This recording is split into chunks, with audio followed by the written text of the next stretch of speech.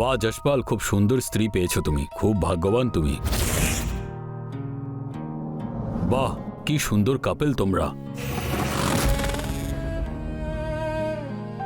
সেসব কি দিন ছিল, চারদিকে শুধু আনন্দই আর আনন্দ। মনে হতো যেন স্বর্গ মাটিতে নেমে এসেছে।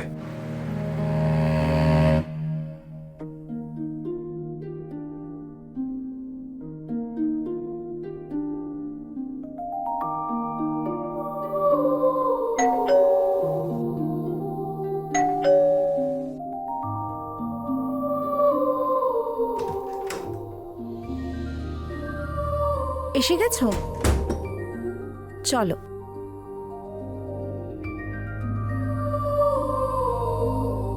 জানো, আজ গোটা দিন অফিসে মনই বসছিল না, তোমার কথাই মনে পড়ছিল। আচ্ছা, এত মিস করেছো আমাকে? হুম।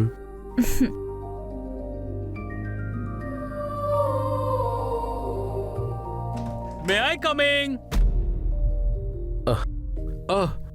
সরি সরি, মনে হচ্ছে ভুল সময় চলে এসেছি। যখন এসেই গেছিস তাহলে চলে আয়। হ্যাঁ,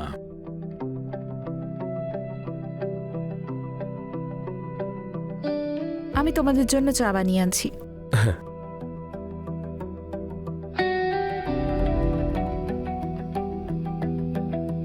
কোনো টেনশনে আছিস নাকি? চুপ করে আছিস কেন? আমাকে বর্ডারে পাঠাচ্ছে, 4 মাস বাড়ির থেকে দূরে থাকতে হবে।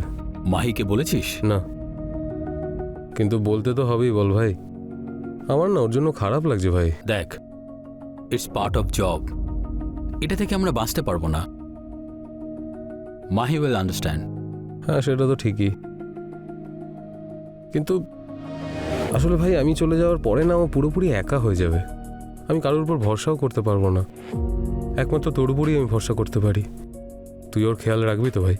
অফকোর্স ভাই, আমি ওর খেয়াল নিশ্চয়ই রাখবো, তুই চিন্তা করিস না। থ্যাংক ইউ ভাই, থ্যাংক ইউ। এই নাও চা।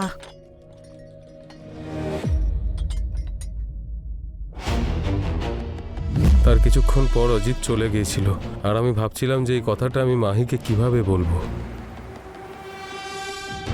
একটা কথা বলার ছিল। কি বলো না? খুব একটা ভালো কথা তো নয়, জাস্ট ভাবছিলাম কিভাবে বলবো। তুমি ভয় দেখিও না। আমাকে 4 মাসের জন্য বাইরে যেতে হচ্ছে। সিরিয়াস হয়ে গেলে? সিরিয়াস হওয়ার মতোই তো কথা। তুমি 4 মাসের জন্য বাইরে যাচ্ছ, আমি কিভাবে থাকবো তোমাকে ছাড়া? এটাই তো আমি ভাবছিলাম। আমি তো একটা দিনও তোমাকে ছেড়ে থাকতে পারবো না। খুব মিস করবো তোমায়। আমিও মিস করবো তোমাকে খুব।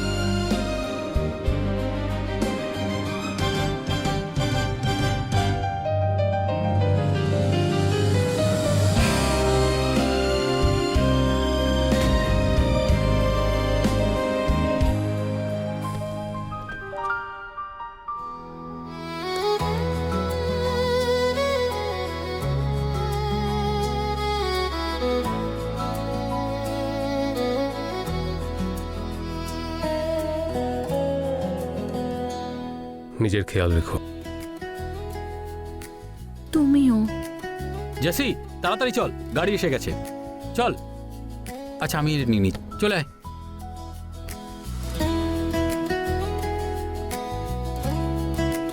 Bye bye.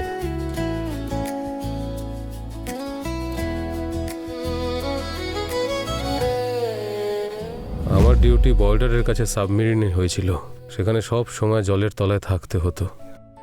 ওখানে কোনোভাবেই কোনো পার্সোনাল কল করার পারমিশন ছিল না।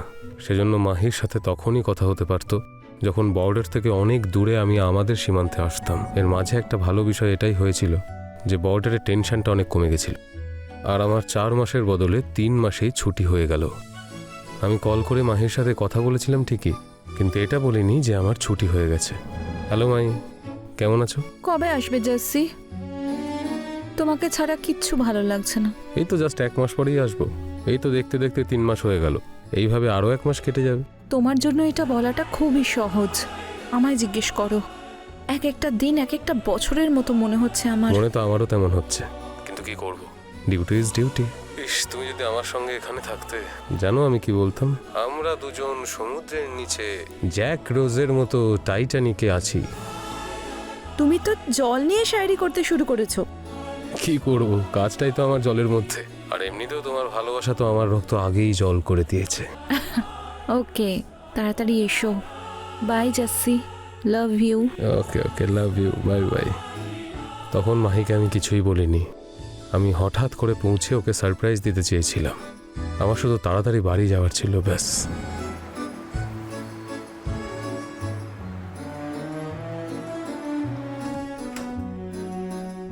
পরের দিন বাড়ি পৌঁছে নিজের চাবি দিয়ে আমি ঘরের দরজাটা খুললাম আর ভেতরে ঢুকলাম। তারপর সন্তর্পণে এগিয়ে যেতে লাগলাম, কোনো আওয়াজ না করে। আমি মাহিকে হঠাৎ করে জড়িয়ে ধরে ওকে চমকে দিতে চেয়েছিলাম।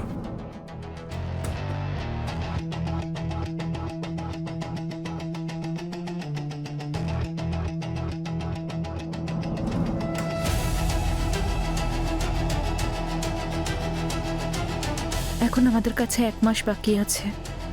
নেক্সট মান্থ জেসি চলে আসবে। তুমি এত টেনশন নিচ্ছ কেন? এখন আমরা সবার সামনে দেখা করছি, পরে লুকিয়ে লুকিয়ে দেখা করব। কেন না? চুরি করে করে দেখা করার আলাদা একটা মজা আছে। কথাটা তো ঠিকই বলেছ, চুরি করার একটা আলাদাই মজা আছে।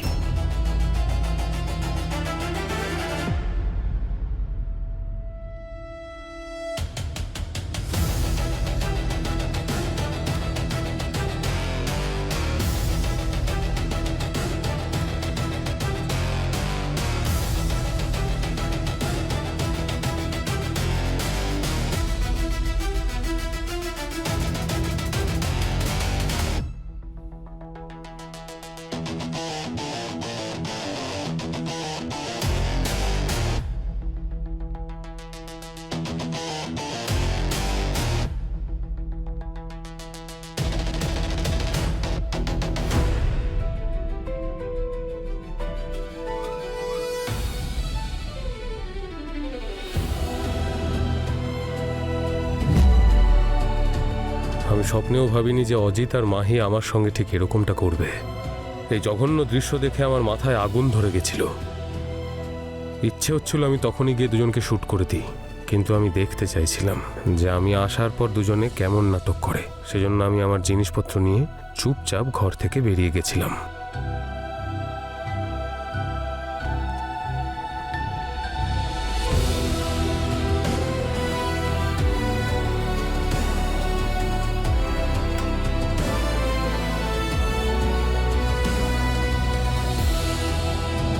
বাইরে বেরিয়ে আমি নিজেকে নর্মাল করলাম, তারপর ডোরবেল বাজালাম, কারণ আমি জানতাম যে দরজা খুলতে সময় লাগবে। আর ঠিক সেরকমই হলো। ভেতরে যেই রাসলীলা চলছিল সেটা গুটিয়ে বাইরে আসতে সময় তো লাগতোই।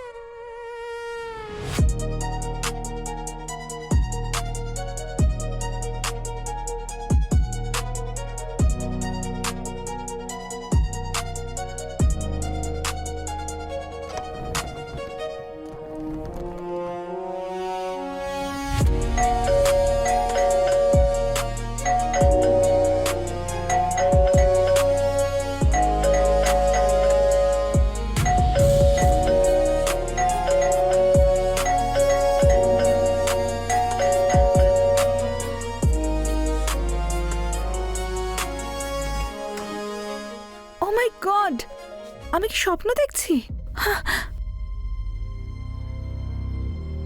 তুমি তো আমাকে সারপ্রাইজই করে দিলে। ভালো হয়েছে তুমি এখনই চলে এসেছো।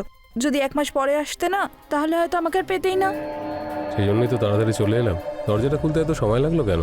আসলে আমি পরিষ্কার করছিলাম, আমি ভাবলাম অজিত খুলে দেবে, কিন্তু বোধহয় ও ওয়াশরুমে আছে। ও তোমাকে খুব মিস করছিল। হুম। এটা আমার জন্য এনেছো? আর কার জন্য হবে? তা তুমি কি এখানেই দাঁড়িয়ে থাকবে নাকি ভিতরেও আসবে? এসো।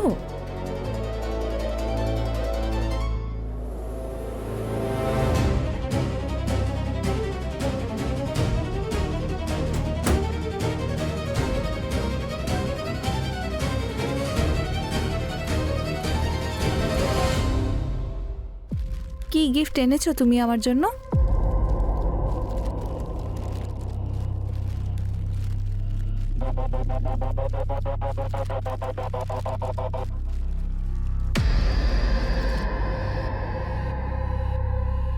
সোনার necklace. Wow, thank you so much.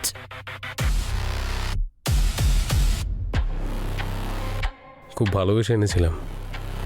ভেবেছিলাম নিজের হাতেই পরিয়ে দেবো। হ্যাঁ, তা পরিয়ে দাও না। এখন অনেক ক্লান্ত হয়ে গেছি। বুঝতেই পারছি। আমি তোমার জন্য গরম গরম চা বানিয়ে নিয়ে আসছি।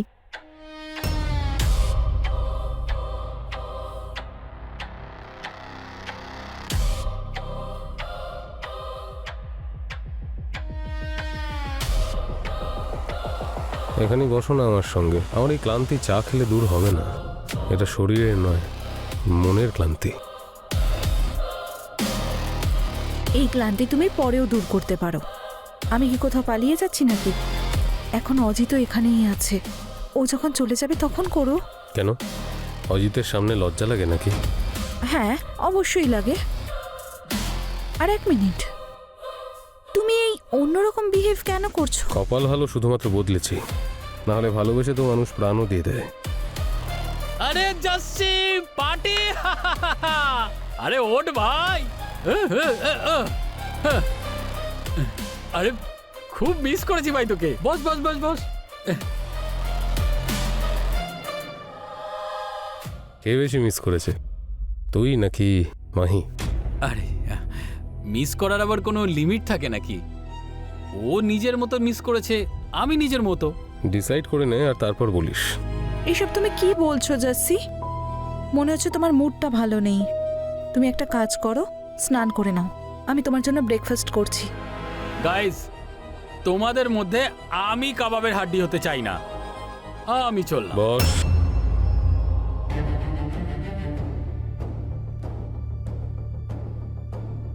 কাবাবে তো হাড্ডিটা আমি ভুল সময়ে এসে তোদের দুজনের আনন্দটা মাটি করে দিলাম, তাই না? ঠিক কথা বলছি তো? এনাফ ইজ এনাফ জাসি। এ তুমি কি সব বলছো? তুমি আমাকে আর অজিতকে সন্দেহ করছো? সন্দেহের কোনো প্রশ্নই নেই। সন্দেহ তখন হয় যখন কনফিউশন হয়। এখানে তো সবকিছু আমার চোখের সামনে আছে। কি জানিস তুই? এত নোংরা চিন্তা তোর। আরে আমি মাহির সঙ্গে দেখা করতে এসেছি, তোর কি মনে হচ্ছে আমার আর মাহির মধ্যে কোনো চক্কর চলছে? Can't take it anymore. আমি যাচ্ছি। দাঁড়া, বস বস, একটা পেক খেয়ে যা।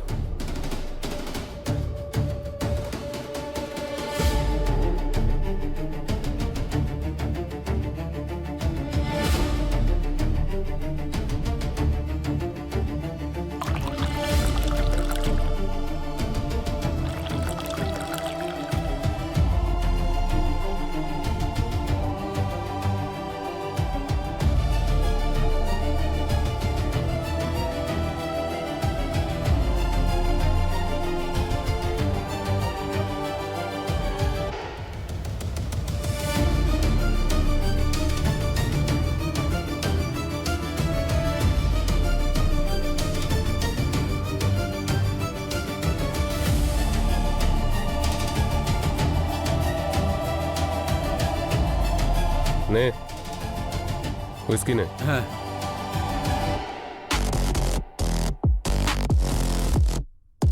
চিয়ার্স। চিয়ার্স। আমি আসলাম। এ বস। বেশি স্মার্ট হওয়ার চেষ্টা করিস না তুই। বস ওখানে, বস। তুইও বস। আমি সব কিছু নিজের চোখে দেখেছি আর শুনতেও পেয়েছি যে যশপাল আসার পর আমরা লুকিয়ে লুকিয়ে দেখা করব।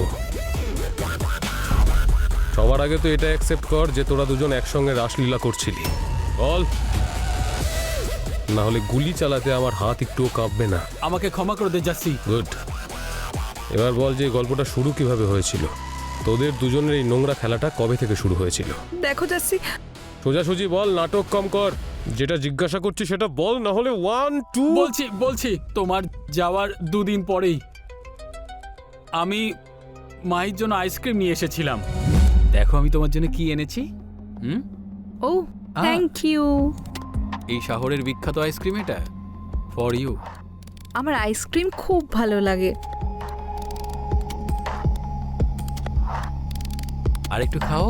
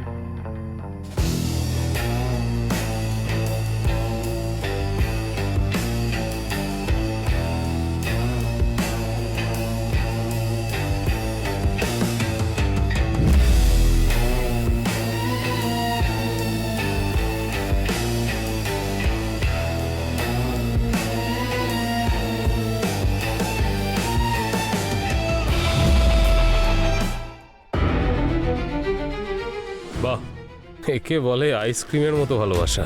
এবার আমি দেখতে চাই তোদের দুজনের লাইভ রাসলীলা। কিভাবে করতিস, কি কি করতিস, করে করে দেখা। চল। যতক্ষণ তোর সিন চলবে ততক্ষণ তোর নিঃশ্বাস চলবে। এদিকে যদি সিন আটকায় তাহলে তোর নিঃশ্বাসও আটকাবে।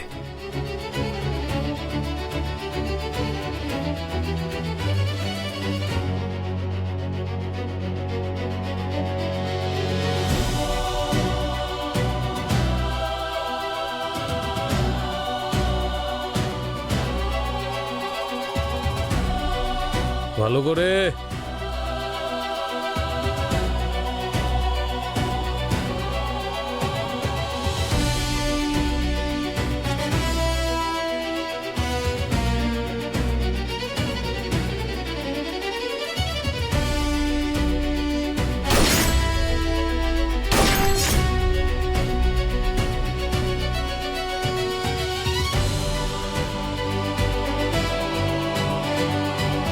যশপাল সিং উর্ফে ধরমপাল সিংকে 302 ধারা অনুযায়ী আজীবন কারাবাসের শাস্তি দেওয়া হলো।